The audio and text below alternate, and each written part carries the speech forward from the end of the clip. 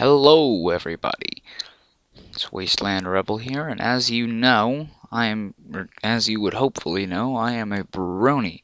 So I decided I was going to get along with my little channel that exists for no reason apparently, because I don't have anything on it, and do an overreading of a fanfiction. I have not asked for permission, but I'll do that right after this video is directed. Alright, so let me see here. The one that I was going to do is on Femfiction. I'll leave a link in the description. It's called Five Nights with Pinkie, Terminal Velocity, or by Terminal Velocity. The description says, Pinkie Pie seems to get a normal job, which is anything but normal. I will be doing one chapter per video, because I don't really always have a lot of time. So yeah, here we go. Let's start. Prologue. Pinkie whooped into the air. She was going to her most favoritist place of all favorite places, Freddy Fazbear's Pizza. Not to mention, she was going to finally investigate the secret part/service. Pinkie struggled to keep her giggles in check. Finally, she couldn't hold back the flood anymore, and burst into giggles, rolling all over the place on the train to Manhattan, attracting stares. But did she care? Not in the least. Bouncing into the restaurant, she immediately looked for the manager, Mr. Faz. Mr. Faz was a huge griffin, and Pinkie and him went back many years. Pinkie Pie could remember when he came into town, all sad and dejected about his previous restaurant, but with little Pinkie magic, he felt encouraged and decided to make a new one. He promised Pinkie whenever she came, she could get in free. As Pinkie Pie bounced around looking for Mr. Faz, she saw a shady purple unicorn come in, exiting from a purple carriage. He looked around quickly, then left. Pinkie knew this was weird behavior, even for her, but she figured it was just her imagination. Ponies can't be all bad, can they?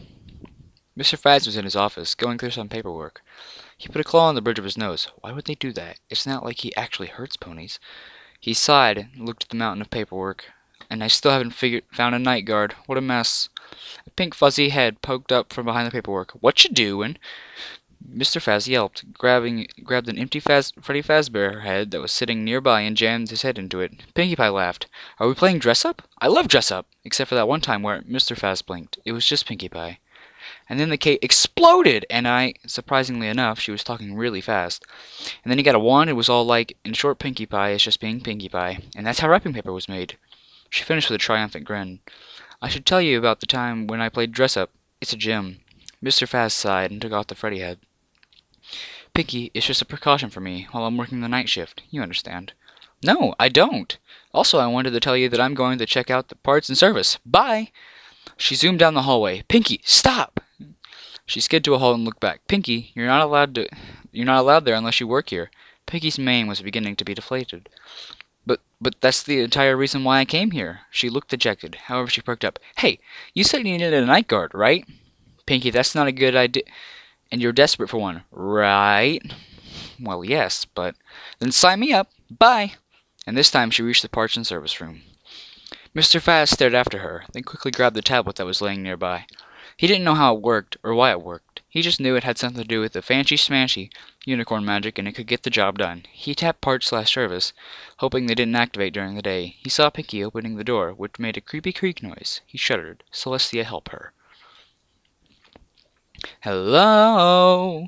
Any pony? Well, I guess I should say animatronics, since you are animatronics. Or can I just say animatrons?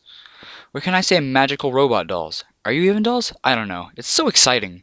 I've always wanted to go back here, except I never got to because I didn't work here. Well, I do now. Silly me, saying hi without even seeing who I'm talking to. She pushed open the door and leaped inside. Hi, my name's Pinkie Pie and I... She stopped in mid-sentence and her hair became flat. Oh no. What happened to you? She moved close to Bonnie. His purple rabbit had been decimated, and where his face had been was nothing but an endoskeleton. His arm was completely gone, and parts of his suit were missing. Where's your face? Chica was in a similar state to Bonnie, except her eyes were haunting, and her jaw had fallen off, making her endoskeleton's teeth pop out. Your mouth, Pinkie whimpered. Foxy was in the worst state. The pirate fox looked like he had been on the wrong end of a mad Fluttershy. You! Pinkie looked down at the Foxy with sadness. Finally she moved to Freddy. She had no words to her favorite star. He was tattered and beaten, looking like he had gotten a suit that had suffered the wrath of twilight. Pinkie Pie tentatively put a hoof to Freddy's nose. Squeak! She laughed softly. At least your nose still works. She made a big sigh. I guess I'll see you tonight. Her hair poofed. Is BB sailing a super special one-of-a-kind balloon that only appears once a year? I must have it! Pinkie zoomed out the door. She didn't hear Freddy Fazbear booting up. She didn't hear him raise up his head. She didn't hear his cry for help. She only heard BB filling up the balloons, the happy jingle in the prize corner, and the new animatronic singing. BB, short for Balloon Boy, was definitely the smallest of all the animatronics. He had a big balloon in one hand with a sign proclaiming, "Guess what? Balloons!" His nose was triangularish, and his face was round, along with his body. Pinkie bounced up to BB. "Hey, can I have a balloon?" BB stared. You know, those wonderful floating things." BB stared. She was beginning to sweat. "Hee. How about I just go on my way then, huh?" BB finally spoke, and it wasn't in his normal happy voice either. The voice was demonic. "Employees don't get balloons." Pinkie jumped in shock. "How did you do that? How do you know that? I was only made an employee minutes ago." "Employees don't get balloons." But employees don't get balloons." Hint taken, hint taken. Pinkie jumped back and ran to the prize corner. And that is the end of chapter Prologue, because I almost failed there. I hope you all enjoyed, and I hope it ran this long. Oh, it did. What a joy. So, I'm going to put this on YouTube now, and you should really go check out the author, because he's pretty great, and he's uploaded so many different... He's pretty much done with the story, I do believe. It's a great story. I believe if you like Five Nights at Freddy's, and you like My Little Pony, it's a great crossover. He did it good.